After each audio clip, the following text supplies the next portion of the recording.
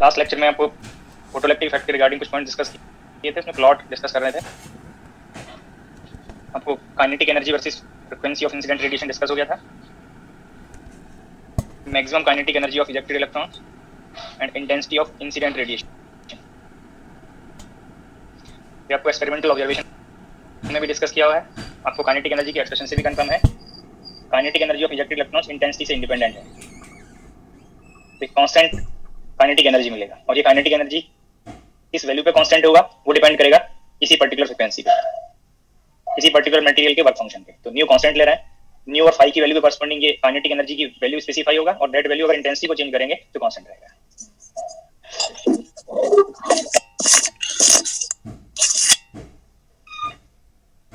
Next plot mute कर दो sir आप सबको।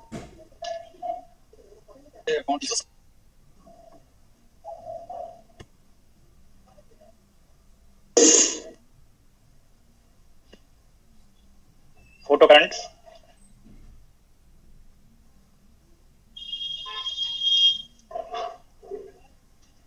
Versus potential difference between two electrode.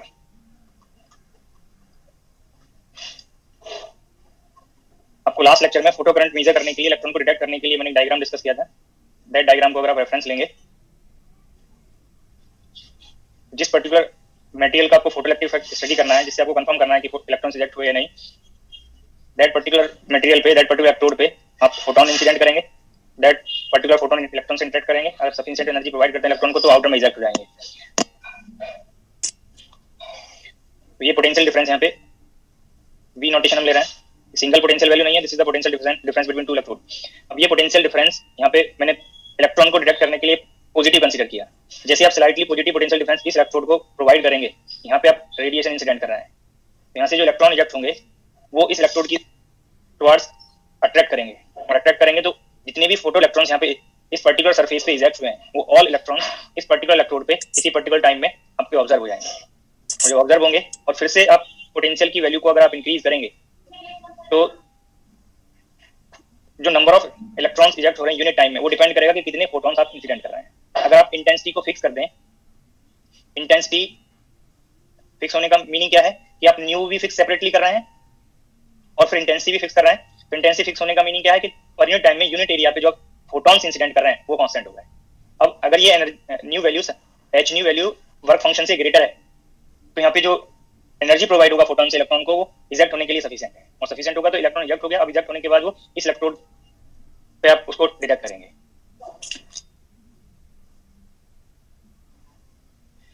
तो यहाँ पे जैसे ही पोटेंशियल स्लाइटली पॉजिटिव होगा, अगर ये डिस्टेंस को यहाँ पे इस डिस्टेंस को ट्रेवल करने के लिए जो टाइम होगा, अगर वो आप नेग्लेक्ट करते हैं, ठीक है, तो सपोज यहाँ पे 100 photons per unit area per unit time आप इंसिडेंट कर रहे हैं, तो ईच फोटॉन से 1 इलेक्ट्रॉन इजेक्ट होगा। तो यहाँ पे 100 इलेक्ट्रॉन्स यूनिट टाइम में इस पर्टिकुलर इलेक्ट्रोड पे ऑब्जर्व होंगे, तो उनसे जो करंट बनेगा इलेक्ट्रॉनिक चार्ज मल्टीप्लाई करके करंट का कंडीशन फाइंड कर सकते हैं। बट जैसे आप पोटेंशियल को पॉजिटिव साइड इंक्रीज करते जाएंगे, और इंक्रीज करने से जो रेट होगा वो कांस्टेंट रहेगा। इलेक्ट्रॉन प्रोडक्शन का जो रेट है वो कांस्टेंट रहेगा, और जो कांस्टेंट होगा। सर एक क्वेश्चन है कि सर ये हम कैसे कह सकते हैं कि जैसे 100 एक फोटॉन एक ही इलेक्ट्रॉन को मतलब इमिट करेगा, ऐसा कुछ लॉ है क्या सर? आज फर्स्ट लेक्चर है, लास्ट लेक्चर अटेंड किया था सर? ये फर्स्ट लेक्चर है। अगर लास्ट लेक्चर अटेंड किया होता तो मैंने यहाँ पे हिंट किया है कि जब आप कोई एक्सपेरिमेंट करेंगे या आपको कोई प्रॉब्लम सॉल्व करने के लिए बोला जाएगा, तो वहाँ पे हो सकता है कि आपको इफिशियंसी या कन्वर्जन रेट आपको दिया हो कि 2%, 5%, 20% फोटो इलेक्ट्रॉन से प्रोड्यूस करेंगे। इस थ्योरी में आर्टिकल में यहाँ पे एजम्पशन लिया हुआ है कि 1 to 1 इंटरेक्शन है। इट मींस 100% कन्वर्जन रेट है, 1 फोटोन से 1 इलेक्ट्रॉन इजेक्ट होगा। यहाँ पे जो 100 फोटॉन्स पर यूनिट एरिया पर टाइम अगर आप इंसिडेंट कर रहे हैं, तो 100 इलेक्ट्रॉन्स पर यूनिट टाइम में इस पर्टिकुलर इलेक्ट्रोड पे इजेक्ट होंगे। उनसे करंट जो भी बनेगा वो आपको यहाँ पे करंट का कंडीशन फाइंड हो गया। फिर से आप पॉजिटिव साइड अगर पोटेंशियल को इंक्रीज करेंगे तो there is no change in the photo current. Photo current saturate हो जाएगा पॉजिटिव पोटेंशियल डिफरेंस के लिए। पॉजिटिव किसकी बात कर रहे हैं? इस पर्टिकुलर इलेक्ट्रोड की बात कर रहे हैं, पॉजिटिव। अब जब फोटो करंट सैचुरेट हो गया, अब आप इसका जस्ट अपोजिट इस पोटेंशियल डिफरेंस की पोलैरिटी, अब ये वैल्यू को डिक्रीज करते जा रहे हैं। जैसे डिक्रीज करेंगे, एक कॉमन पोटेंशियल डिफरेंस यहाँ पे एक पॉइंट बनेगा, 0 पोटेंशियल डिफरेंस। तो उस पर्टिकुलर 0 पोटेंशियल डिफरेंस में कई बार सम स्टूडेंट्स को डाउट होता है, यहाँ पे पोटेंशियल डिफरेंस 0 तब भी हो सकता है जब यहाँ पे कोई पोलैरिटी क्रिएट ना करें। बट दैट कंडीशन में ये इलेक्ट्रॉन्स यहाँ पे जो इजेक्ट होंगे वो अपनी चॉइस से किधर भी मूव कर सकते हैं, तो वहां से तो नेट फोटो करंट 0 बनेगा। बट मैं आपको यहाँ पे फिर से हिंट कर रहा हूँ कि ये एज सच यहाँ पे पोलैरिटी आपने प्रेजेंट किया है, बट आप पोटेंशियल डिफरेंस को पॉजिटिव से टुवर्ड्स नेगेटिव डिक्रीज करते जा रहे हैं। और जब डिक्रीज करेंगे तो एक वहां पे these वैल्यूज में पोटेंशियल की these वैल्यूज में पोटेंशियल डिफरेंस जीरो भी आएगा, बट दैट कंडीशन क्या है, ये सिंगल पोटेंशियल नहीं है, पोटेंशियल डिफरेंस पार्ट से अब यहाँ पे इलेक्ट्रिक फील्ड जीरो हो गया, और इलेक्ट्रिक फील्ड जीरो होने से जब आप पार्टिकल पे फोर्स लगेगा, क्योंकि यहाँ पे इलेक्ट्रॉन्स है चार्ज पार्टिकल, तो फोर्स यहाँ पे जीरो बनेगा, और फिर ये फोर्स जीरो होने पे जो इलेक्ट्रॉन्स जब पोटेंशियल डिफरेंस को जीरो किया, जो जिस डायरेक्शन में मूव कर रहे थे इस डायरेक्शन में, तो कांस्टेंट स्पीड से कांस्टेंट वेलोसिटी से इसी सेम डायरेक्शन में मूव करते जाएंगे, तो इस इलेक्ट्रोड पे वो अप्रोच कर जाएंगे। सम इलेक्ट्रॉन्स आपको यहाँ पे अप्रोच कर गए तो फोटो करंट जीरो नहीं बना, फोटो करंट नॉन जीरो आएगा, बट जो नंबर ऑफ इलेक्ट्रॉन्स पहले हायर वैल्यू ऑफ पोटेंशियल के लिए था, नॉन जीरो वैल्यू पोटेंशियल के लिए था, ऐसा हो सकता है कि सम इलेक्ट्रॉन्स यहाँ पे जो जिनकी काइनेटिक एनर्जी लेस होगा, वो हो सकता है कि सम टाइम डिले वो ऑब्जर्व हो, तो इससे करंट में माइनर वेरिएशन तो होगा यहाँ पे, but that variation question last में पूछ लीजिएगा। एक बार आप कह दीजिए कि ना क्वेश्चन लास्ट में पूछ लेंगे। मैं भी बोल रहा हूँ, हाँ जी मैं भी बोल रहा हूँ कि क्वेश्चन सभी लेक्चर अटेंड कर लें पहले, जब ये टॉपिक कंप्लीट हो जाए मैं आपसे बोलूंगा कि आप क्वेश्चन पूछ सकते हैं, तो आप क्वेश्चन पूछ लीजिएगा, या लेक्चर जो कंप्लीट हो जाए तब आप पूछिएगा। पहले अच्छे से जो बोल रहा हूँ, जो आपको एक्सप्लेन कर रहा हूँ, उसको जितना कंसंट्रेट होकर सुन सकते हैं एक बार सुन लीजिए, बहुत सारे डाउट्स आपके हट जाएंगे। तो यहाँ पे मैंने हिंट किया कि जैसे पोटेंशियल डिफरेंस जीरो होगा, पॉजिटिव से नेगेटिव की तरफ जा रहे हैं, तो जब जीरो होगा तो पोटेंशियल डिफरेंस जीरो होने से फोटो करंट जीरो नहीं होगा। सम इलेक्ट्रॉन्स पहले यहाँ पे जिनकी काइनेटिक एनर्जी कम होगी, उससे हो सकता है कि पहले जब 100 इलेक्ट्रॉन्स पर टाइम ऑब्जर्व हो रहे थे, पर सेकंड 100 इलेक्ट्रॉन्स ऑब्जर्व हो रहे थे, हो सकता है कि बार 95 मिले, तो करंट में माइनर वेरिएशन होगा। जैसे जैसे पोटेंशियल डिफरेंस को आप अब नेगेटिव की तरफ ले जाएंगे, ये पोलैरिटी नेगेटिव होने का मीनिंग क्या है, पोलैरिटी को आप चेंज करें, पोलैरिटी चेंज होने से अब जो इलेक्ट्रॉन्स यहाँ पे इस इलेक्ट्रोड की तरफ लेस काइनेटिक एनर्जी वाले इलेक्ट्रॉन्स हैं, जब ये potential value EV kinetic energy equivalent बनेगा, जिस पर्टिकुलर इलेक्ट्रॉन की काइनेटिक एनर्जी से मैच करेगा, वो इलेक्ट्रॉन स्टॉप होते जाएंगे। अब स्टॉप हो जाएंगे तो इस इलेक्ट्रोड पे ऑब्जर्व नहीं होंगे, और जब ऑब्जर्व नहीं होंगे तो उनका फोटो करंट में कंडीशन नहीं आएगा। इट मींस फोटो करंट अब डिक्रीज होगा, फोटो करंट डिक्रीज होता जाएगा। फिर से इस पोटेंशियल वी को, इस पर्टिकुलर इलेक्ट्रोड को नेगेटिव पोटेंशियल दे रहे हैं, नेगेटिव की तरफ आप इसको फिर से डिक्रीज कर रहे हैं, इसकी एब्सोल्यूट वैल्यू इंक्रीज कर रहे हैं, और वी नेगेटिव होने से डिक्रीज कर रहे हैं पोटेंशियल डिफरेंस को। तो जो इलेक्ट्रॉन्स फिर से अब की बार मान के चलिए पोटेंशियल डिफरेंस मैंने V2 कर लिया नेगेटिव में, जिन इलेक्ट्रॉन की एनर्जी इस eV2 के इक्वल होगा, उससे लेस एनर्जी वाले इलेक्ट्रॉन्स स्टॉप हो जाएंगे, तो अब की बार हायर नंबर में इलेक्ट्रॉन्स स्टॉप हो जाएंगे, इस इलेक्ट्रोड पे ऑब्जर्व नहीं होगा। इट मींस फोटो करंट और डिक्रीज हो जाएगा, और जैसे जैसे इस पोटेंशियल डिफरेंस को नेगेटिव में चेंज करते जाएंगे, तो एक पोटेंशियल डिफरेंस ऐसा मिलेगा जिसपे मैक्सिमम काइनेटिक एनर्जी वाला इलेक्ट्रॉन, मैक्सिमम काइनेटिक एनर्जी वाले इलेक्ट्रॉन के इक्विवेलेंट जब ये एनर्जी बनेगा, वो ऑल इलेक्ट्रॉन्स से लेस एनर्जी के होंगे, सारे इलेक्ट्रॉन्स स्टॉप हो जाएंगे, और सारे इलेक्ट्रॉन्स स्टॉप होने से फोटो करंट जीरो बन जाएगा, और that potential is known as stopping potential. Vs value stopping potential होगा, जिसपे ऑल इलेक्ट्रॉन्स स्टॉप हो जाएंगे, फोटो करंट में कोई कंडीशन नहीं आएगा, फोटो करंट जीरो बन जाएगा, तो दैट पोटेंशियल पे फोटो करंट जीरो बनेगा। Suppose this point is equivalent to stopping potential Vs, और ये करंट का वेरिएशन आपको मैंने यहाँ पे शो कर दिया। बट ये जो डायग्राम है वो एक पर्टिकुलर कांस्टेंट इंटेंसिटी के लिए है, कांस्टेंट फ्रीक्वेंसी के लिए है, और ये पोटेंशियल स्टॉपिंग पोटेंशियल, क्योंकि इलेक्ट्रॉन को आप स्टॉप कर रहे हैं तो नेगेटिव पोलैरिटी का होगा इस इलेक्ट्रोड पे, बट जब स्टॉपिंग पोटेंशियल को डिफाइन करते हैं तो stopping potential is the absolute value, absolute value होगा पोटेंशियल डिफरेंस का। तो यार चाहे तो कहीं नोट कर देंगे, जिससे आप जब प्रॉब्लम सॉल्व करेंगे, या आपको हो सकता है प्लॉट दिया हो, तो यहाँ पे सपोज ये किसी इन दीज टू इलेक्ट्रोड के बिटवीन जो पोटेंशियल डिफरेंस है, अगर कहीं आपको ये करंट जीरो बनता, सपोज V इक्वल्स -5 वोल्ट पे, तो आपको ये आइडिया रहेगा यहाँ से कि -5 स्टॉपिंग पोटेंशियल नहीं है, ये 5 वोल्ट स्टॉपिंग पोटेंशियल है, इसका एब्सोल्यूट वैल्यू आपको कंसीडर करना है। नेगेटिव जैसे आपको ये बता रहा है कि जिस इलेक्ट्रोड पे इलेक्ट्रॉन्स इजेक्ट हो रहे हैं, उसके अनदर इलेक्ट्रोड को आपको लाइक दिस पोलैरिटी क्रिएट करना है कि electrons toward that electrode repel हों, जिससे दिस पर्टिकुलर इलेक्ट्रोड पे उनका कंडीशन ना आए। तो मेरी आवाज आपको क्लियर आ रही है या कुछ डिस्टर्बेंस है? क्लियर है सर, क्लियर है सर। कोई स्टूडेंट को उनके सिस्टम की तरफ कोई नेटवर्क प्रॉब्लम हो सकती है, इसलिए प्रॉब्लम हो रही होगी। कोई स्टूडेंट मैसेज कर रहे हैं कि आवाज कट रही है। नहीं सर, आ रही है आवाज। ठीक, photo current versus potential difference between two electrodes, मैंने एक पर्टिकुलर प्लॉट आपको यहाँ पे डिस्कस कर दिया। अब इसी में अनदर वेरिएशंस चेक करेंगे कि अगर हम इंटेंसिटी को वेरी कराएं या हम फ्रीक्वेंसी को वेरी कराएं, तो इस पर्टिकुलर प्लॉट में क्या चेंजेस होंगे।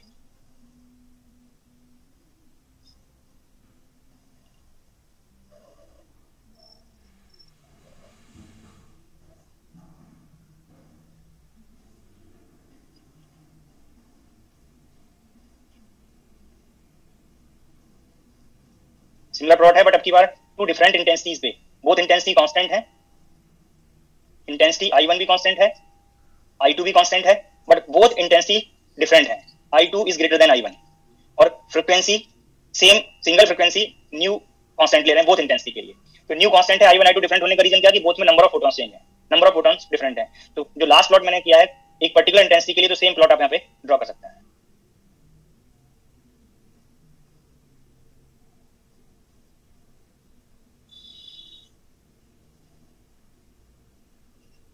अब I2 वैल्यू हायर है, तो I2 वैल्यू हायर होने का मतलब यहाँ पे I1 के रेस्पेक्ट में नंबर ऑफ फोटॉन्स हायर है, और नंबर ऑफ फोटॉन्स हायर होंगे तो नंबर ऑफ इजेक्टेड इलेक्ट्रॉन का कंडीशन हायर होगा, और number of ejected electrons higher होने से फोटो करंट वैल्यू इंक्रीज हो जाएगी। बट ये गैप कितना चेंज होगा यहाँ पे, ये गैप क्या होगा, वो डिपेंड करेगा कि कितने फोटॉन्स I1 के रेस्पेक्ट में I2 में हायर है।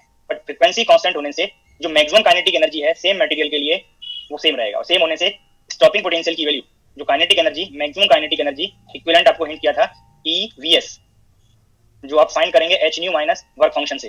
तो न्यू कांस्टेंट है, फाई कांस्टेंट है, तो ये न्यू एस वैल्यू भी कांस्टेंट रहेगा। तो बोथ प्लॉट के लिए स्टॉपिंग पोटेंशियल अनचेंज रहेगा, only photo current value change होगी, मैक्सिमम वैल्यू फोटो करंट की चेंज होगी, स्टॉपिंग पोटेंशियल सेम रहेगा बोथ प्लॉट के लिए।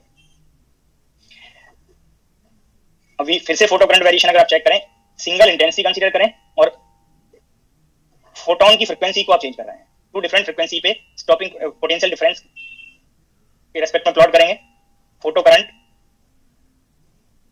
Potential difference. अब की बार इंटेंसिटी की सिंगल वैल्यू है,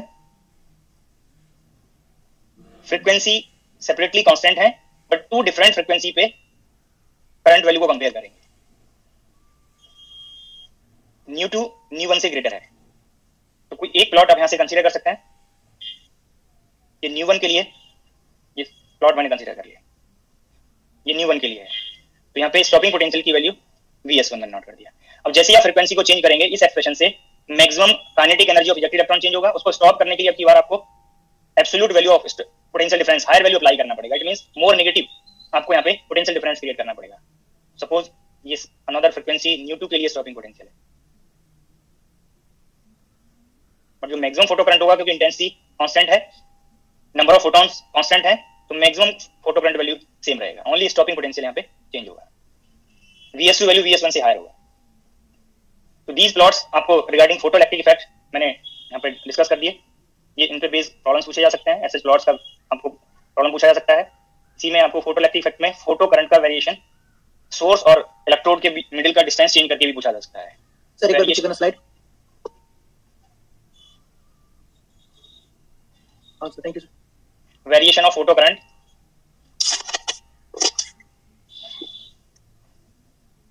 variation of photocurrent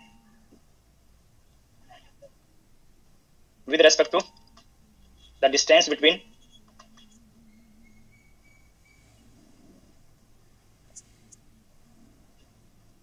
source and incident surface।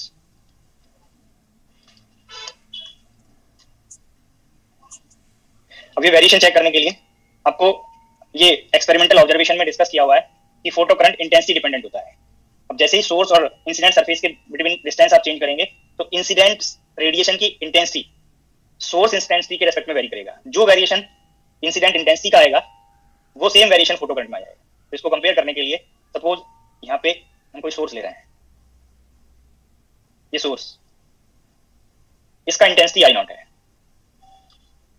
अब इस सोर्स से यूनिफॉर्मली ऑल डायरेक्शन में रेडिएशन इंसिडेंट होगा।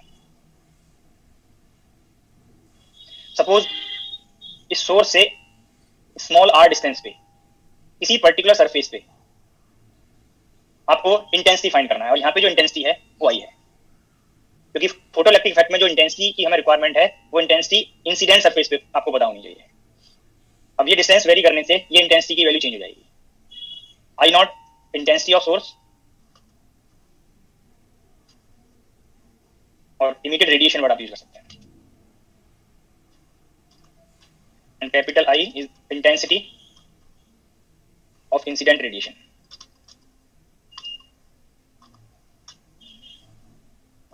This intensity is energy emitted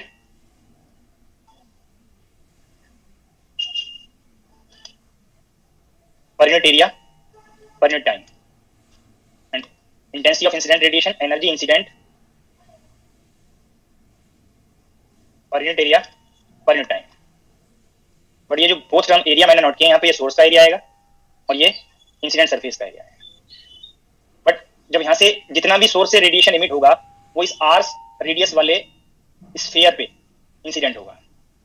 uniform spherical distribution है, तो यहाँ पे ये r रेडियस के स्फीयर के सरफेस पे इंसिडेंट होगा। अब energy emitted per unit time, जितना एनर्जी यूनिट टाइम में यहाँ से इमिट होगा उतना ही एनर्जी इस सरफेस पे इंसिडेंट होगा यूनिट टाइम में। तो energy emitted per unit time is equal to energy incident, और ये डेरिवेशन के लिए बाकी सारे फैक्टर्स यहाँ पे एब्सेंट करके चल रहे हैं। यहाँ पे हो सकता है किसी एटमॉस्फेयर में लाइक दिस आपका मीडियम हो जो एनर्जी को यहाँ पे एब्जॉर्ब कर ले, रेडिएशन को एब्जॉर्ब कर ले, तो वो सारे फैक्टर्स को एब्सेंट मान के जाते हैं। तो energy emitted per unit time is equal to energy incident per unit time. अब आपको ये इंटेंसिटी का वेरिएशन चाहिए, तो यहाँ पे ये energy incident per unit time, ये डेफिनेशन हम यूज करेंगे, but energy incident per unit time को आप energy emitted per unit time note कर सकते हैं। देखो मैंने इस एक्सप्रेशन को यूज किया, इस डेफिनेशन को यूज किया और यहाँ पे ये कंडीशन अप्लाई कर दी, energy emitted per unit area per unit time. अब यहाँ से ये energy emitted per unit time को आप आई नॉट के टर्म्स में रिलेट कर सकते हैं, आई नॉट, और ये बोथ एरिया डिफरेंट नोटेशन से यूज कर सकते हैं, एरिया ऑफ सोर्स और ये एरिया, अब एरिया ऑफ इंसिडेंट सरफेस, मैंने ये सरफेस नोट कर दिया शॉर्ट में। अब आप ये सोर्स का इस डिस्टेंस के वेरिएशन से सोर्स के एरिया पे कोई चेंज नहीं होगा, ओनली इंसिडेंट सरफेस का एरिया चेंज हो जाएगा। इस आई नॉट एस एच, ये surface area of sphere of radius small r that is 4 pi r square, area of source ऐसा जाएगा। तो अब आपको यहाँ पे इस पर्टिकुलर एक्सप्रेशन में इंटेंसिटी का variation with respect to distance small r आपको आइडिया मिल गया। तो capital I that is intensity of incident radiation varies as 1/r square. तो जो वेरिएशन इंसिडेंट रेडिएशन की इंटेंसिटी का होगा, सेम वेरिएशन फोटो करंट का आएगा। फोटो करंट इंटेंसिटी के प्रोपोर्शनल है, और जो इंटेंसिटी ऑफ इंसिडेंट रेडिएशन,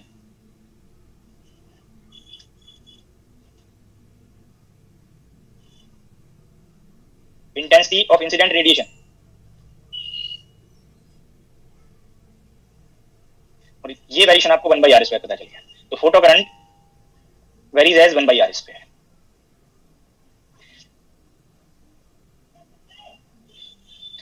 तो फोटो करंट का डिस्टेंस के रेस्पेक्ट में क्या वेरिएशन होगा वो आपको मैंने यहाँ पे ड्राइव कर दिया। फोटो इलेक्ट्रिक इफेक्ट के डिफरेंट एप्लीकेशंस हैं, ये आप सोलर सेल, फोटो डायोड्स में इसका एप्लीकेशन करते हैं, और भी जो नाइट विजन कैमरास हैं वहां पे यूज करते हैं। सिंटिलेटर के में भी आपका फोटो इलेक्ट्रिक इफेक्ट का एप्लीकेशन होता है, ऑटोमेटिक डिवाइसेस के लिए फोटो इलेक्ट्रिक इफेक्ट का एप्लीकेशन होता है। तो डिफरेंट एप्लीकेशंस हैं फोटो इलेक्ट्रिक इफेक्ट के। जो आपको theory part regarding photo electric effect आपको हिंट करना था, तो डेरिवेशंस जो आपको बताने थे वो यहाँ पे कंप्लीट हो गए। इस पर्टिकुलर डेरिवेशन में जो लास्ट लेक्चर में मैंने kinetic energy of ejected electron discuss किया है, आप थोड़ा रिकॉल करें, 12th लेवल पे आपने फोटो इलेक्ट्रिक इफेक्ट पढ़ा होगा। 12th लेवल पे डेफिनेशन रहा होगा कि किसी पर्टिकुलर मेटल से, लाइट और विजिबल लाइट से जो इलेक्ट्रॉन्स इजेक्ट होंगे वो फोटो इलेक्ट्रिक इफेक्ट होता है। तो दैट लेवल पे मेटल एनर्जी होती है, वर्क फंक्शन जो होता है मेटल के इनसाइड में, लास्ट लेक्चर में मैंने आपको हिंट किया, इलेक्ट्रॉन वोल्ट ऑर्डर का होता है, 2 to 6 इलेक्ट्रॉन वोल्ट होता है। और इलेक्ट्रॉन वोल्ट वर्क फंक्शन के इक्विवेलेंट अगर आप इलेक्ट्रॉन को इजेक्ट करने के लिए जब इंसिडेंट फोटोन की एनर्जी लेंगे तो विजिबल रेंज में आएगा। तो इसलिए वहां पे वर्ड यूज करते हैं लाइट। मेटल से फोटो इलेक्ट्रिक इफेक्ट स्टडी करेंगे तो आप light, visible portion, electromagnetic radiation का जो विजिबल पोर्शन है दैट पोर्शन को आप लाइट वर्ड यूज करते हैं। तो दैट रीजन का आप रेडिएशन इंसिडेंट करके इलेक्ट्रॉन इजेक्ट करा सकता है। बट अगर आप वहां पे कंडक्टिविटी चेंज करेंगे, मेटल से आप थोड़ा नॉन मेटालिक कैरेक्टर की तरफ जाएंगे, मोनोवैलेंट से डाइवैलेंट मेटल्स पे जाएंगे, सेमीकंडक्टर्स पे जाएंगे, इंसुलेटर्स पे जाएंगे, तो अगर आप रेडिएशन से इलेक्ट्रॉन इजेक्ट कराएंगे तो तब भी वहां पे इलेक्ट्रॉन इजेक्ट पॉसिबल हो सकता है, इजेक्शन ऑफ इलेक्ट्रॉन पॉसिबल हो सकता है। बट आपको हायर एनर्जी रेडिएशन इंसिडेंट करना पड़ेगा। जैसे जैसे आप कंडक्टर से इंसुलेटर की तरफ जाएंगे, इंसिडेंट रेडिएशन की एनर्जी का ऑर्डर चेंज हो जाएगा, एनर्जी आपको हायर एनर्जी इंसिडेंट करना पड़ेगा। जब आप सोलर सेल पढ़ते हैं तो वहां पे सेमीकंडक्टर डिवाइस में सोलर सेल पढ़ा होगा, और मैंने अभी आपको ये हिंट किया कि सोलर सेल में फोटो इलेक्ट्रिक इफेक्ट का एप्लीकेशन करता है।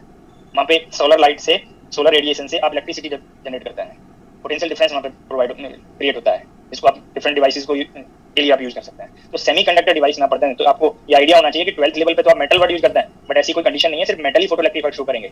मैंने वर्ड यूज किया matter, surface of matter. Matter में मटेरियल में आपका कंडक्टर भी हो सकता है, सेमीकंडक्टर भी हो सकता है, इंसुलेटर भी हो सकता है। इंसुलेटर में ये फोटो इलेक्ट्रिक इफेक्ट के ऑब्जर्वेशन में थोड़ा आपको ये डाउट हो सकता है कि रेडिएशन इंसिडेंट किया, बट वहां पे इलेक्ट्रॉन्स का जो इजेक्शन का नंबर है वो हो सकता है सफिशिएंट आपको ना मिले कि आपको फोटो करंट डिटेक्टेबल आए, बट पॉसिबल हो सकता है। वहां पे फोटो करंट की वैल्यू अगर आप कोई हायर सेंसिटिविटी वाला एमीटर यूज कर लें जिससे आप करंट को डिटेक्ट कर पाए, तो वहां पे भी आपको ये कंफर्म हो जाएगा कि सम इलेक्ट्रॉन्स वहां पे जाते हैं। हाँ जी, किस कोई बोल रहे थे?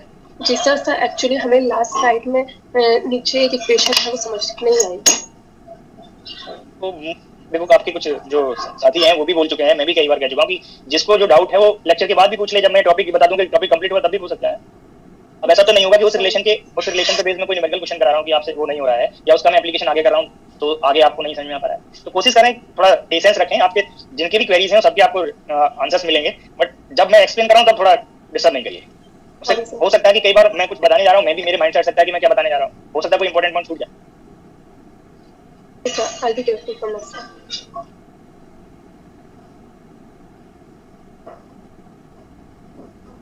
मैं जैसे एक पॉइंट डिस्कस कर रहा था कि जो अगर हम 12th लेवल को रेफरेंस लें तो 12th लेवल पे हम मेटल का रेफरेंस लेते हैं और मेटल में जो वर्क फंक्शन का ऑर्डर आता है वो इलेक्ट्रॉन वोल्ट ऑर्डर है। मैंने लास्ट लेक्चर में आपको कुछ एग्जांपल्स दिए होंगे 4 और 6 इलेक्ट्रॉन वोल्ट रेफरेंस लेके। इस रेंज में हो सकता है कि जब आप न्यूमेरिकल क्वेश्चन सॉल्व करें, आर्टिकल में तो उसकी कोई रिक्वायरमेंट नहीं हुई।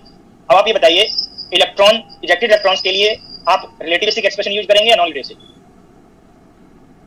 लास्ट लेक्चर में आपको कंपेरिजंस बताए हुए हैं, उन कंपेरिजंस के पॉइंट्स को रिलेटिविस्टिक, उन पॉइंट्स को आप लोगों ने अगर जाके रिवाइज किया हो तो आप ये चेक करिए, ये इजेक्टेड इलेक्ट्रॉन्स के लिए वर्क फंक्शन मेटल का आपको 5 दिया हुआ है और इंसिडेंट फोटोन की एनर्जी मेटल के रिगार्डिंग आपको मैंने इन किया कि इलेक्ट्रॉन वोल्ट ऑर्डर का आएगा। सपोज आपने 10 electron volt photon incident photon energy consider किया, तो जो maximum kinetic energy of ejected electron है वो यहाँ पे आपको मिलेगा 4 इलेक्ट्रॉन।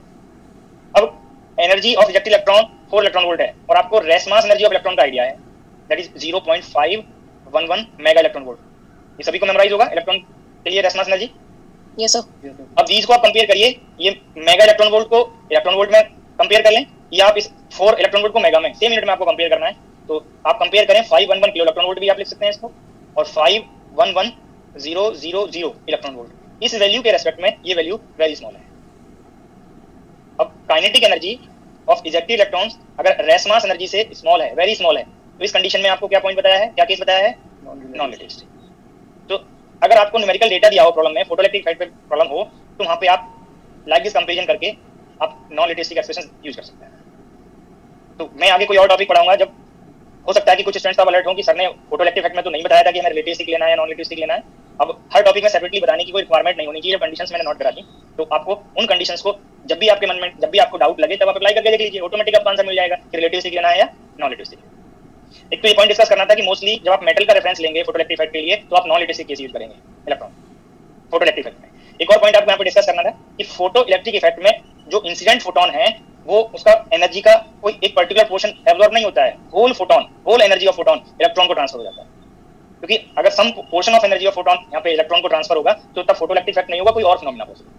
तो कंप्लीट एब्जॉर्प्शन ऑफ फोटोन होता है फोटोइलेक्ट्रिक इफेक्ट में, whole energy of photon electron को ट्रांसफर हो जाता है। अगर उसकी एनर्जी सफिशिएंट है इलेक्ट्रॉन को इजेक्ट कराने के लिए तो इलेक्ट्रॉन इजेक्ट हो जाएगा, उसका कुछ पर्टिकुलर पोर्शन ट्रांसफर नहीं होगा। अगर फोटोन की एनर्जी का कुछ पर्टिकुलर पोर्शन ट्रांसफर होता है तब वो फोटोइलेक्ट्रिक इफेक्ट नहीं होगा, कोई और फिनोमेना होगा।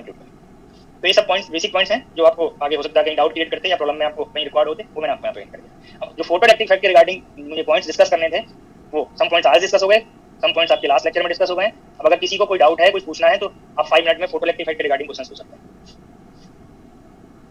एक एक करके पूछते रहिए जिसको पूछना हो। अगर कोई डाउट नहीं है तो फिर मैं कंटिन्यू करता हूँ। अभी कोई स्टूडेंट पूछ रहे थे लास्ट स्लाइड में कोई डेरिवेशन को लेके। Yes sir, page 3। हाँ जी, स्लाइड 3 इस पॉइंट पे बताइए। तो ये एक्चुअली हमें नहीं समझ आया, I naught a source upon a surface कैसे लिखा है? I naught a source upon a surface. देखो मैंने आपको इंटेंसिटी का डेफिनेशन लास्ट लेक्चर में भी बताया।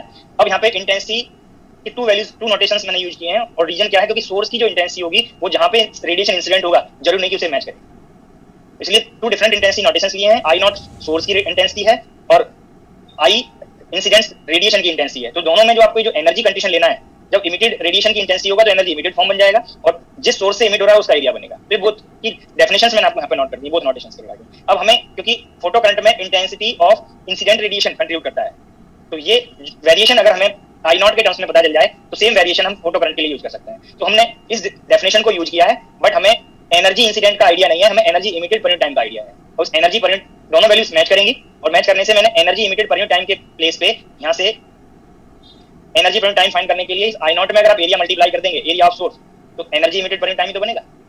अब वो मैंने यहाँ पे नोट कर लिया, आई नॉट, ये एरिया इधर मल्टीप्लाई किया, ये सोर्स का एरिया आपको यहाँ पे आ गया, तो ये energy emitted per unit time के प्लेस पे I naught into area of source हो गया। अब ये एरिया जहाँ पे आप इंसिडेंट कर रहे हैं वो मैंने यहाँ पे ये सरफेस नोट कर दिया। क्लियर हुआ? Yes sir, thank you. और पूछना किसी को?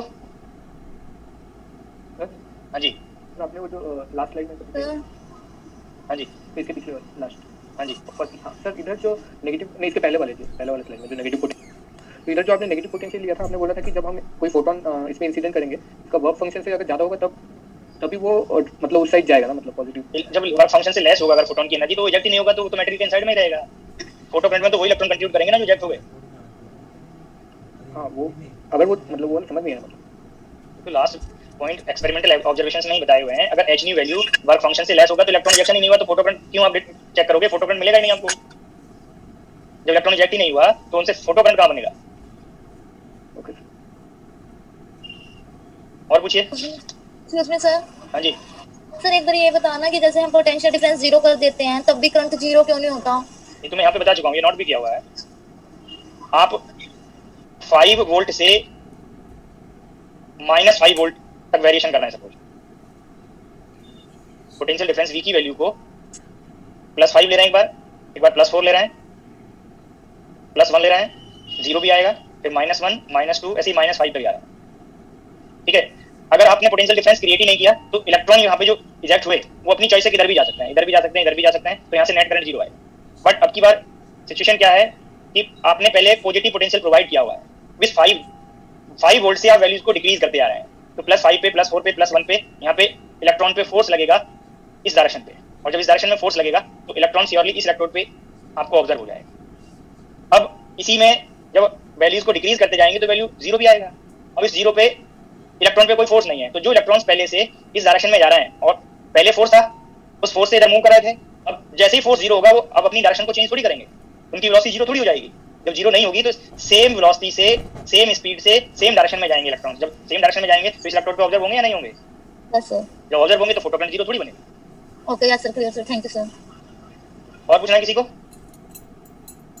सर पहले पॉजिटिव अप्लाई किया हुआ था, फिर बाद में हमने 0 किया, तो इसीलिए वो एग्जैक्टली मतलब एट वंस 0 नहीं, इंस्टेंटली 0 नहीं किया है वो, हम वैल्यूज को डिक्रीज करते जा रहे हैं, तो जब डिक्रीज करेंगे तो 0 सम टाइम के लिए 0 होगा या नहीं होगा? हाँ जी सर। और अगर हमने मतलब पॉजिटिव अप्लाई किया ही नहीं था और सीधा मतलब 0 ही है उसका, तब तो ये किसी भी डायरेक्शन में जा सकते हैं। बिल्कुल, वो मैंने बोला किसी भी डायरेक्शन में जाएंगे तो वहां पे नेट फोटो करंट 0 बनेगा।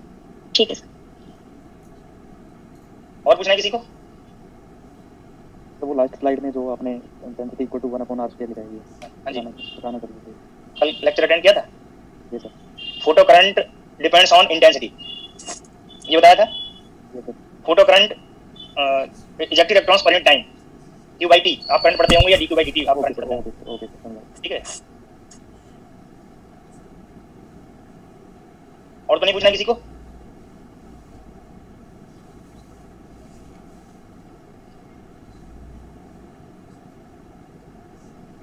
लास्ट लेक्चर में जो मैंने डिस्कस किया था, आपको उन पॉइंट्स को आप लोगों ने क्लियर किया है नहीं किया है, उनके लिए मैं कुछ क्वेश्चंस डिस्कस कर रहा हूँ यहाँ पे। मैं कुछ डेटा देता हूँ, उसमें आपको जो कैलकुलेट करना है वो ट्राई करेंगे। Calculate the momentum of an electron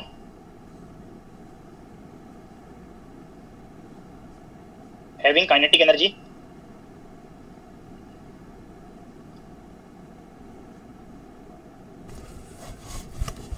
mega electron volt.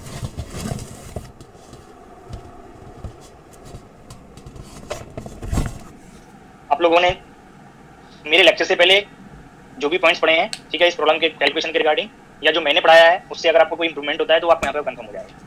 आपको जो भी मेथड आता है उसको ट्राई करिए। मोमेंटम कैलकुलेट करना है, काइनेटिक एनर्जी दिया, सिमिलर स्टेप्स आप 10th लेवल से लेके अपने जिस लेवल तक आप पढ़े हैं, पीजी लेवल तक, ठीक है, पीजी अपीयरिंग हो, आपने मुझे लगता नहीं कि साथ कोई सा ऐसा क्लास हो जहाँ पे अप्लाई ना किया हो, ठीक है, कैलकुलेशन के लिए। अब वो करेक्ट स्टेप है या नहीं, ठीक है, वो यहाँ से आपको कंफर्म हो जाएगा।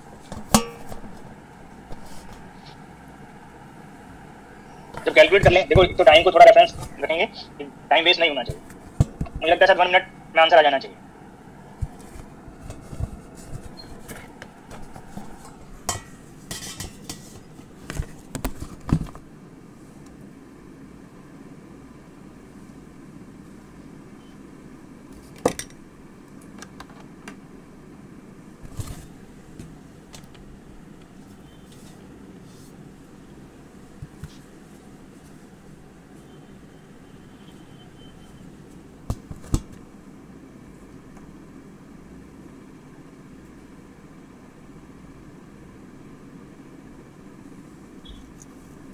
सर 24 × 10⁻22 24 into हाँ जी सर। मोमेंटम की वैल्यू mks यूनिट में? हाँ जी, mks नहीं है सर। तो कैसे? तो आप लोग जो कैलकुलेट किए हैं आंसर बताइए। कोई स्टूडेंट मैसेज किए हैं 2.4 10⁻21, सेम ही लग रहा है किलोग्राम मीटर पर सेकेंड। किए 20.5 MEV/C, एक किए हैं 19.99 MEV/C। और कोई रिप्लाई कर रहा है? 18.2 10⁻²4।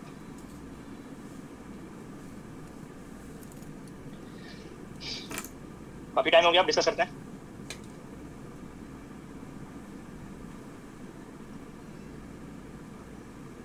सर आप ये बताएं, जिन्होंने ये रिप्लाई किए हैं, नाम मुझे नहीं बताया, ठीक है,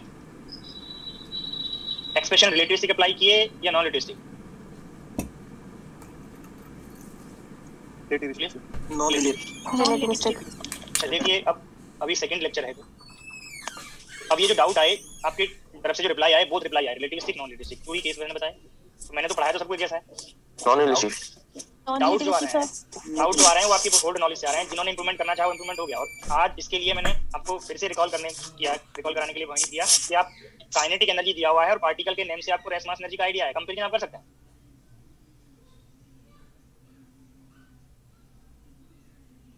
रेस मास एनर्जी देखो, आप सभी म्यूट हो जाइए, सुन लीजिए, ठीक है, फिर रिप्लाई करिएगा।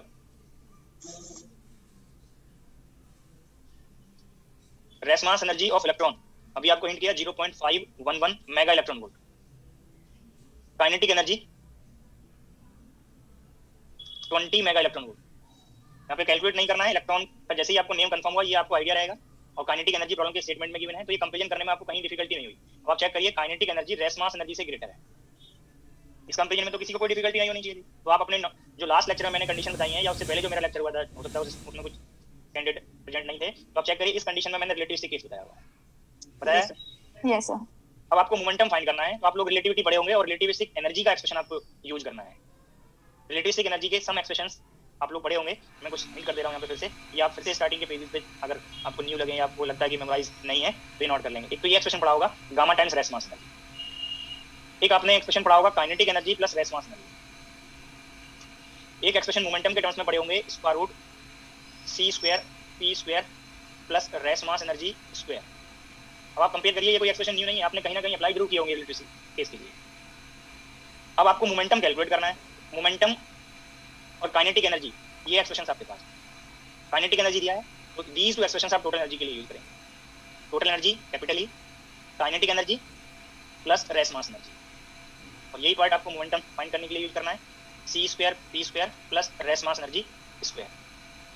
स्क्वायर करेंगे बोथ साइड, तो स्क्वायर रूट एलिमिनेट हो गया, यहाँ पे स्क्वायर हो गया, तो ये total energy square, that is kinetic energy plus rest mass energy, क्योंकि डेटा आपको काइनेटिक एनर्जी का दिया। अब ये रेस मास एनर्जी का स्क्वायर इधर माइनस में आएगा, p² c² की वैल्यू आपको पता चल गई। अब p वैल्यू फाइंड करने के लिए आप स्क्वायर रूट लेंगे, c² यहाँ पे डिवाइड करेंगे। अब आप चेक कर लीजिए, आपको मोमेंटम फाइंड करने के लिए जो भी डेटा आपको रिक्वायर्ड है वो सब आपको नोन है। काइनेटिक एनर्जी भी आपको नोन है, रेस मास एनर्जी भी नोन है, speed of light in vacuum ये भी आपको नोन है। Kinetic energy 20, rest mass energy 0.511, rest mass energy 0.511, but ये MEV में है, और MEV को आप MKS यूनिट में सॉल्व करना है, किलोग्राम मीटर पर सेकंड में आपको आंसर फाइंड करना है।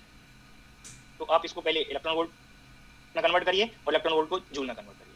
तो 1.6 × 10⁻⁻19, इसको इलेक्ट्रॉन वोल्ट से जूल में कन्वर्ट करने के लिए और मेगा से इलेक्ट्रॉन वोल्ट में कन्वर्ट करने के लिए 10⁻6, तो ये -13, क्योंकि स्क्वायर है तो ये स्क्वायर हो गया, डिवाइड बाई 3 × 10⁸ स्क्वायर। अब आप ये न्यूमेरिकल कैलकुलेशन को ट्राई करिए, इससे जो आंसर आएगा वो करेक्ट आएगा।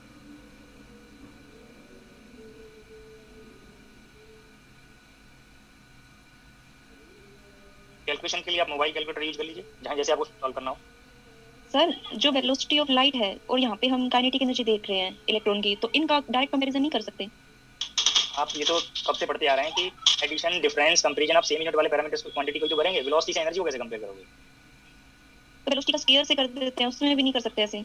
आप फिर से आप ये मिस्टेक करोगे कि काइनेटिक एनर्जी को हाफ mv² लेके वेलोसिटी निकालो, तो ये तो आप पहले ही रेफरेंस गलत ले रहे हो ना, आपको क्या पता कि किस नॉलेज है। ओके सर, ठीक है, होता तो अप्लाई करते ना। हाँ जी सर, तो इसकी जरूरत ही नहीं पड़ेगी, मैंने काइनेटिक एनर्जी का कंपेरिजन बताया हुआ है, 3 कंपेरिजन बताए हैं, जो आपको डेटा के अकॉर्डिंग रिक्वायर्ड वो अप्लाई करिए।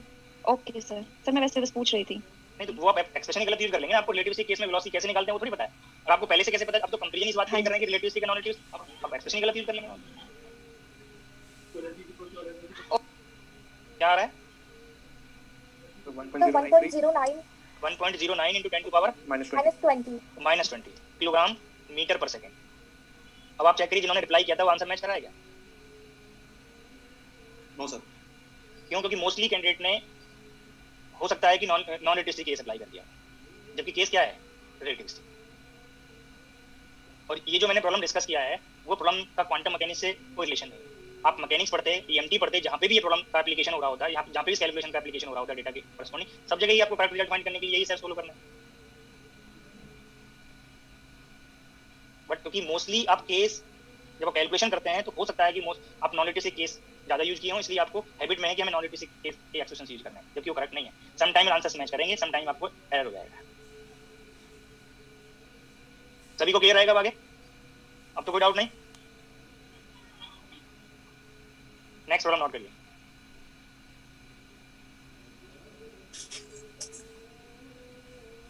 Calculate the momentum of a proton having kinetic energy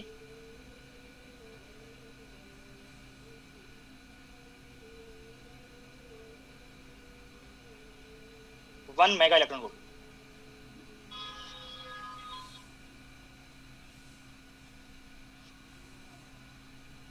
मैंने पार्टिकल चेंज किया है, काइनेटिक एनर्जी की वैल्यू चेंज की है, जो पॉइंट्स मैंने बताए हैं उनको रेफरेंस लीजिए और विद इन 2 मिनट आंसर बताइए।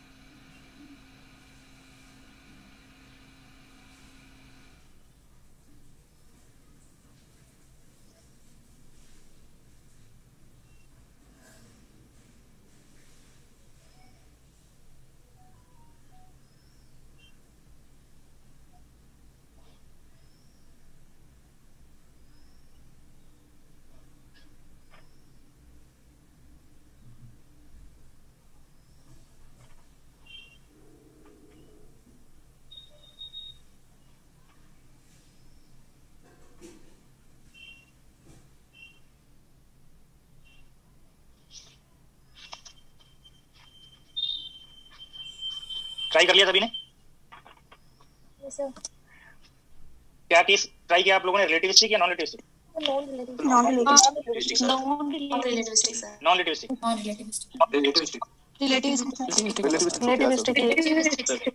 कोई बात नहीं, मैं हिंट कर दे रहा हूँ।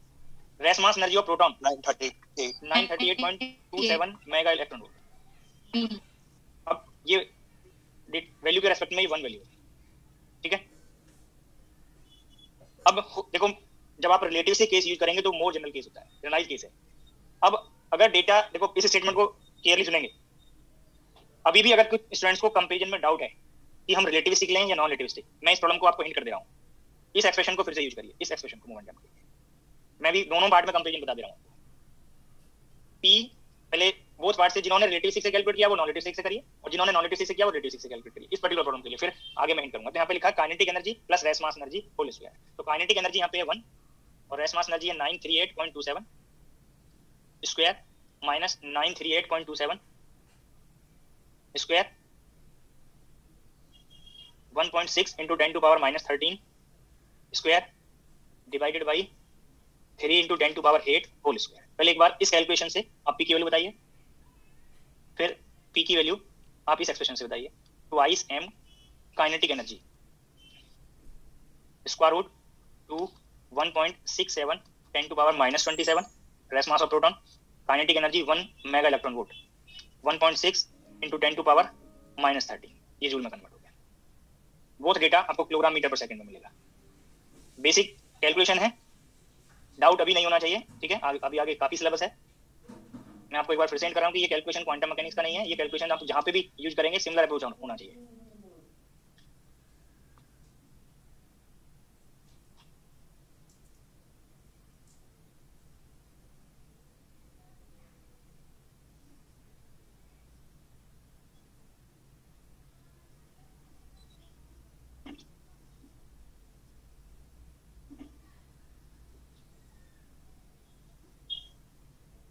कैलकुलेट हो गया सर? ये 1.6 into 10⁻13 का होल स्क्वायर, ये तो दोनों के साथ ही आएगा ना सर? सेम आ रहा है। मैंने दोनों के साथ कहाँ पे? जो फर्स्ट टर्म है ये 1 + 938.27। मैं दोनों के साथ ही लिखा, देखो ये लगा हुआ है। ठीक है सर। तो ऊपर वाला आ रहा है 2.31 2.31 into 10⁻20 माइनस 20 और ये भी सेम ही आ रहा होगा। Yes sir. जैसे 2.31 सब जब डेसिमल के सेकंड प्लेस पे राउंड ऑफ करेंगे तो दोनों वैल्यू सेम आ रहे हैं, बाकी आगे चेंज आ रहा है। तो रीजन भी पता होना चाहिए।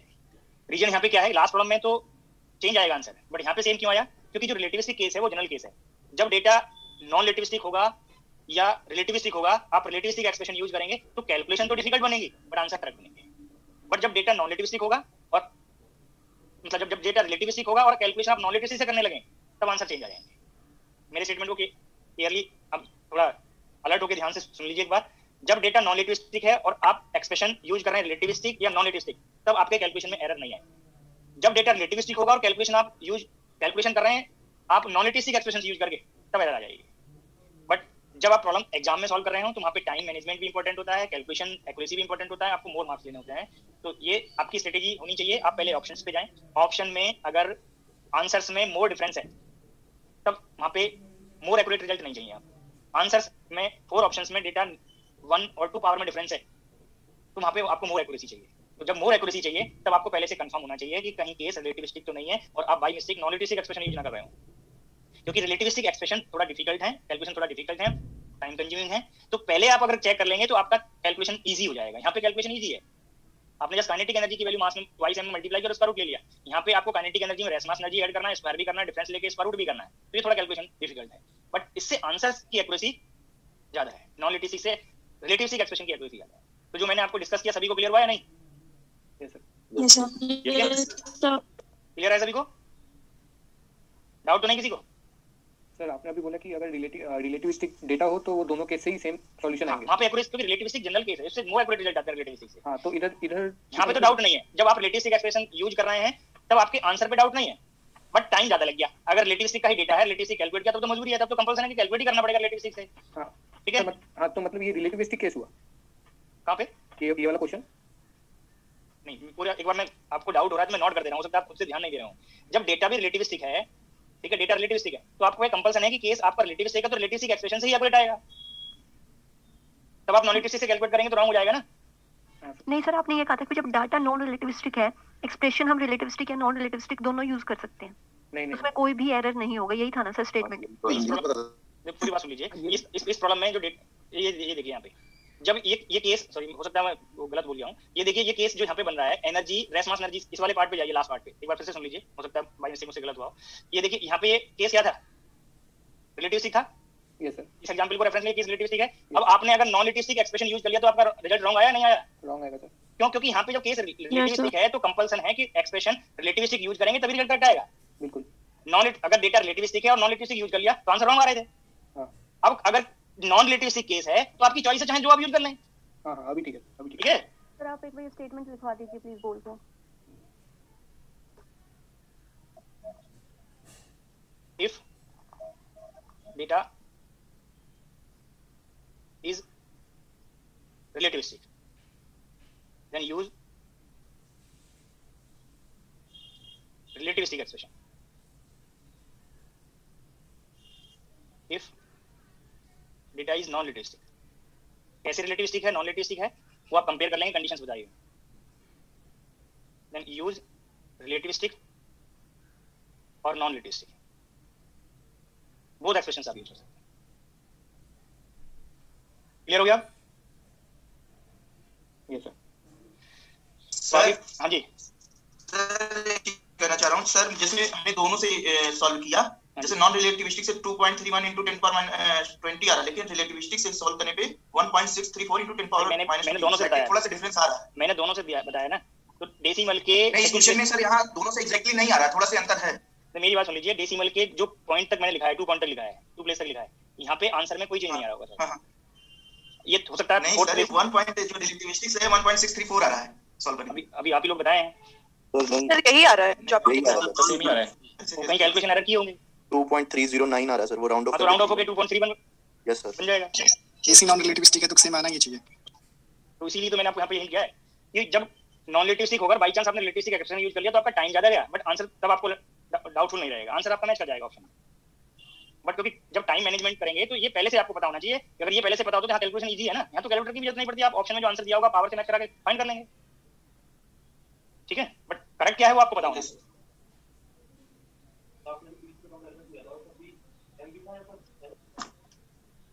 कोई मुझसे पूछ रहे हैं क्या? मुझे आवाज क्लियर नहीं आई, क्या पूछ रहे हैं? देखो काफी टाइम जा रहा है, जल्दी पूछिए, मुझे कुछ और भी डिस्कस करना है। आपने सर पीसी का कंपैरिजन किया था ना सीपी एनर्जी के साथ? हाँ जी यस सर। तो उसमें आपने सर जो मोमेंटम लिया था वो रिलेटिविस्टिक मोमेंटम था या नॉन रिलेटिविस्टिक? मैंने तो मोमेंटम किसी में दिया ही नहीं, मुझे तो कैलकुलेट करना भाई। नहीं सर, आपने स्टार्टिंग में पीसी कंपैरिजन कराया था ना। इस प्रॉब्लम में पीसी की जरूरत थोड़ी पड़ रही है। Yes sir. आपको जो डेटा दिया उसको कंपेयर करोगे, जो कैलकुलेट करना उसको कंपेयर करोगे, उसको तो कैलकुलेट करने के बाद ही कंपेयर कर सकते हो ना। Yes sir. तो डेटा तो काइनेटिक एनर्जी का दिया है। Yes sir. कंपेयर तो काइनेटिक एनर्जी वाली कंडीशन करोगे ना। Yes sir. मैं आगे कंटिन्यू करता हूँ, नेक्स्ट प्रॉब्लम नोट करेंगे। तो ये बहुत बेसिक चीजें, इन पे डाउट नहीं होना चाहिए, तो जैसे आपको आगे कहीं यूज करेंगे इसलिए आपको नोट कराई गई है।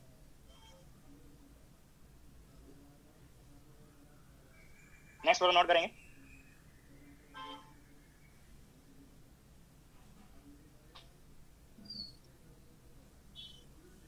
When a metallic surface is illuminated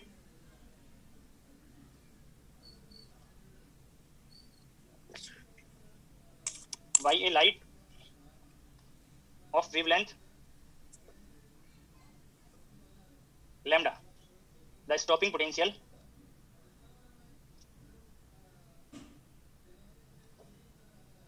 is V naught. When the same surface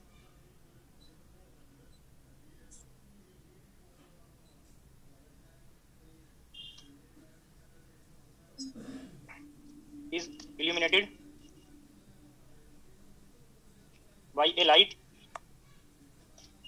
of wavelength T lambda, the stopping potential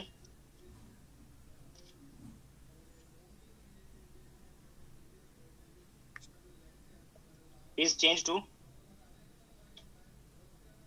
V naught by 4. The threshold wavelength of the metallic surface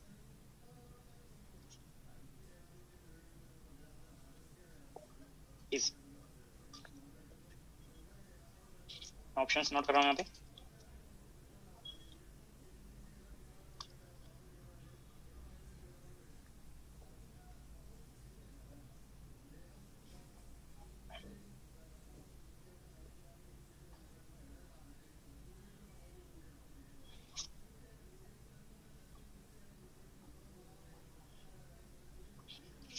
वह statement read कर लीजिएगा।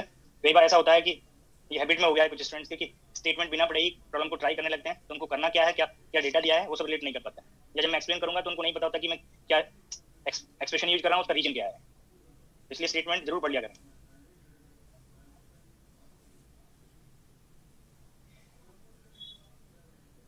आपको threshold wavelength find करना है।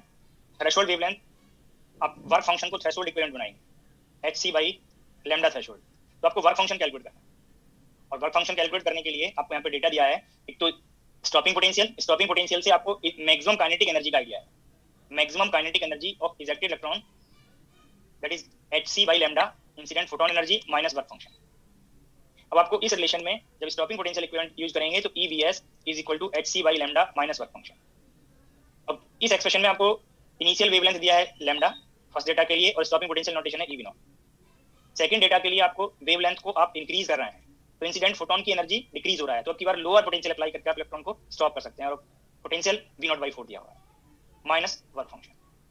अब यहाँ पे आपको वर्क फंक्शन वेवलेंथ के टर्म्स में फाइंड करना है, इसमें लैम्डा थ्रेशोल्ड लैम्डा के टर्म्स में आपको ये ऑप्शंस दिए हुए हैं। तो यहाँ से आप इन रिलेशंस में फाई फाइंड करने के लिए आप EV0 को एलिमिनेट कर दीजिए। तो ये सेकंड रिलेशन में मैंने फर्स्ट रिलेशन से EV0 की वैल्यू प्लेस कर दी।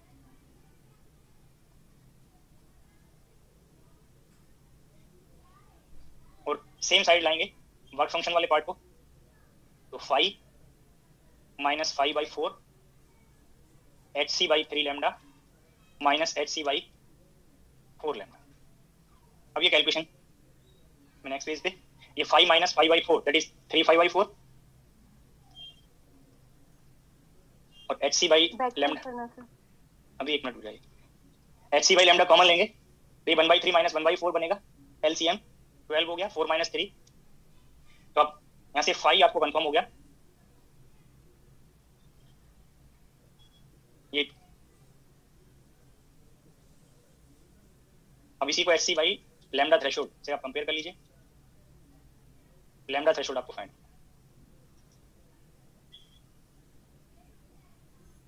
ऑप्शन में आप कंपेयर कर सकते हैं। सर से एक स्लाइड पीछे जाना।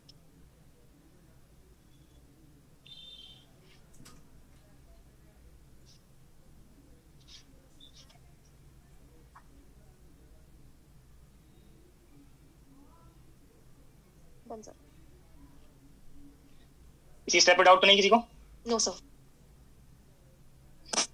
बाकी क्वेश्चंस नेक्स्ट लेक्चर में इसके डिस्कस करेंगे, तो न्यू टॉपिक स्टार्ट करते हैं। सर इसके एक क्वेश्चन पूछना था फोटो इलेक्ट्रिक इफेक्ट पे सर। बताइए सर, ये सेम सोर्स से जो फोटॉन आते हैं सबकी फ्रीक्वेंसी सेम होती है तो एनर्जी भी सेम होगा, तो जो फोटो इलेक्ट्रिक इफेक्ट में जो इलेक्ट्रॉन निकलते हैं उनकी काइनेटिक एनर्जी वेरिएबल कैसे होती है सर? कुछ की ज्यादा बहुत, कुछ की बहुत कम। एनर्जी जब यहाँ से हम कैलकुलेट करेंगे, उस एनर्जी में ओनली फोटोन की एनर्जी को अगर हम फिक्स कर दें तो एनर्जी में वेरिएशन तो होगा, पर वो वेरिएशन बहुत कम होगा। जैसे मान के चलिए जैसे हम स्टॉपिंग पोटेंशियल, पहले मैं स्टॉपिंग पोटेंशियल जब कंसीडर, पूरी बात सुन लीजिए पहले। ये 4 मेगा इलेक्ट्रॉन वोल्ट मान के चलिए, 4 electron volt energy maximum kinetic energy है, 4 इलेक्ट्रॉन वोल्ट। अब इससे जो लेस एनर्जी होगी कितना हो सकती है? 0, मिनिमम वैल्यू 0 हो सकती है। तो यहाँ पे चेक करिए, ये मैंने एक रेंज लिख दिया, बट इस जब हम ये रेंज तब है जब हम फोटोन की एनर्जी को वेरी करा रहे हैं। अगर हम इसको फिक्स कर दें तो इस एनर्जी में वेरिएशन हो सकता है, मान के चलिए 3.6 से 4 का, ये रेंज बन सकती है। और इसकी बाजी को कर रही है, मेरी को नहीं करी, जो क्वेश्चन पूछ रहे हैं उनकी वजह से ही हो रही है।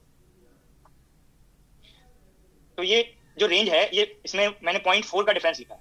तो ये डिफरेंस मैंने इसका रीजन आपको लास्ट लेक्चर में डिस्कस किया था कि जब हम कोई मटेरियल ले रहे हैं तो मटेरियल में इलेक्ट्रॉन्स किसी अनदर वे में भी इंटरेक्ट कर सकते हैं, इलेक्ट्रॉन इलेक्ट्रॉन इंटरेक्शन हो सकता है, इलेक्ट्रॉन आयन इंटरेक्शन हो सकता है, तो उनमें भी एनर्जी का लॉस होगा, उनमें एनर्जी डिसिपेट हो जाएगा। तो इसीलिए यहाँ पे वर्ड लिखा था मैक्सिमम काइनेटिक। लेकिन सर हम जब वर्क फंक्शन लिखते हैं तो वर्क फंक्शन तो हम सर किसी भी मटेरियल का कांस्टेंट लेते हैं, अगर ऐसा होता तो फिर हम उसको कांस्टेंट नहीं लेते, हम उसको वेरिएबल ट्रीट करते। इसको मेटल का जो वर्क फंक्शन है सर, वही तो ये बताता है कि इंटरेक्शंस वाली एनर्जी को। एक बात बताइए, ये जैसे कुछ जो हम रिजल्ट लिखते हैं वो मोर प्रोबेबिलिस्टिक रिजल्ट लिख लेते हैं। एक बार बताइए, जब सॉलिड स्टेट पढ़ते हैं, जब हमने कोई स्पेसिमेन ले लिया तो उसमें सॉलिड फॉर्म में स्पेसिमेन है हमारा, तो क्या आप सॉलिड स्टेट में जब आप फर्मी लेवल पढ़ेंगे, क्या फर्मी एनर्जी ऑलवेज कांस्टेंट होती है?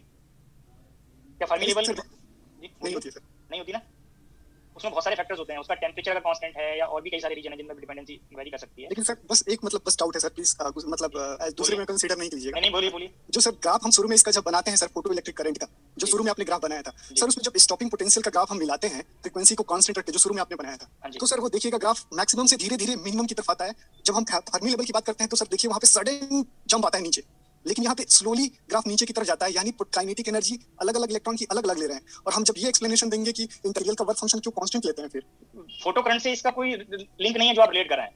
फोटो करंट कब बना? जब इलेक्ट्रॉन इजेक्ट हो गए।